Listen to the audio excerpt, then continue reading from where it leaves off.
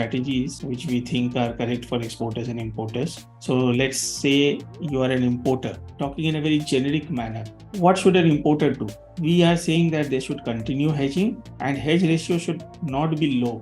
It should not be low. It should be medium or high, preferably high. Hedge ratio on import should be high at this point of time. Forward can be used, but using little bit of option is also wise, especially for a shorter term. Like for April, May you can use options, and for June, July, August, maybe you can use forwards, or maybe for May and June you can use option, and then for longer period you use forwards. Something like that is what we think will be correct. And which option? You can use Seagull options, call spread option. These are the two options which we think will make sense. On the euro side, if you have import in euro, the hedge cost is very high. So use option. That is, if euro comes down towards 87, 86 or 85, you should get advantage of the same rather than being locked at 91. So we are not recommending forward hedge in euro.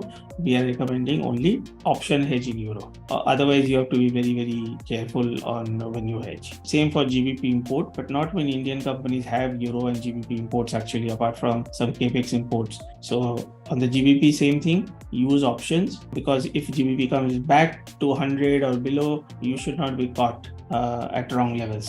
Chinese yuan, that is, if you have imports in Chinese yuan, very important to have a hedge strategy which is a bit opportunistic, that you keep monitoring the levels, and whenever you see a dip, you hedge. When CNY INR comes to 1175, 1180, you hedge a little bit. Then otherwise, if it's more than 12, you just wait. Also, let's say dollar rupee has come down, but not the Chinese yuan. So you can lock one leg and wait for the time when the dollar rupee will be at 83, but the Chinese yuan will be the other way around 7 plus. That time you lock in that leg. So that is also a strategy which you should be using. Like, take one leg hedge and wait for the other leg. Otherwise, hedge opportunistically at dips if you are doing direct CNH INR. That is what we suggest. So what should an exporter do?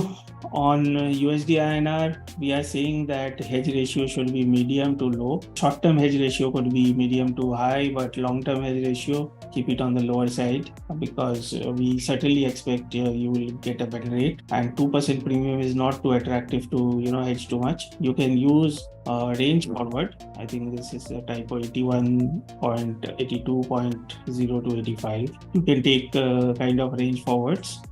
Range forwards can be designed in different ways. So basically, a range forward will protect you at 82. If dollar rupee for some reason moves to 79, 78, you don't have any stress. You are protected at 82. However, if it depreciates, you can get benefit up to 85. And you can actually design this level as 86, 87, 88 also. That if you're doing it for 1 year, I would say why not take it 87, 88. So you keep your option open that if rupee depreciates, you get the benefit. So this works quite well.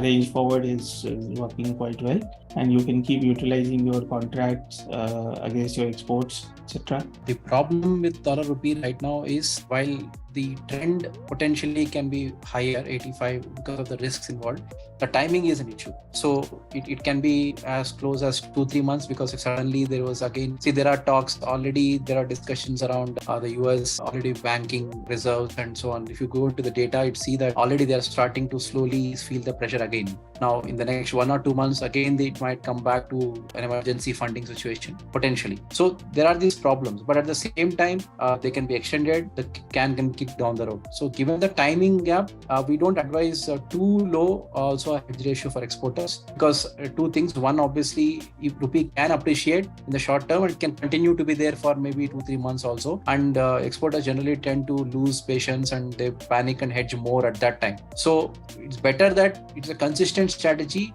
Even if it goes lower towards 81, it's better to hedge in a moderate to low hedge ratio band rather than taking it high.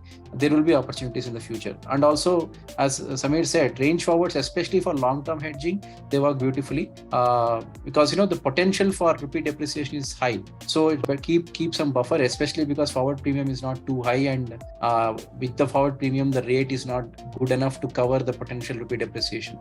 So I think range forward works also well in that context because of the forwards being on the lower side. Euro and GBP, I would say that dollar strength right now is not going to stop. Rather, dollar strength is going to revive soon. So lock in some of those. Importers potentially, if they have euro imports or GBP imports, maybe it's not a right time to hedge right now too aggressively, because the upside to euro and GBP from these levels is not too much. I know Lagarde is talking about rate hikes. UK inflation is at 10%. Can they afford to hike rates much higher when Federal Reserve is at least at the peak of the interest rate cycle is the question. The peak in euro and GBP could happen in the next 1 or 2 months. There is a chance for importers, but exporters, definitely any opportunity, any spike in euro and GBP is a good opportunity to hedge.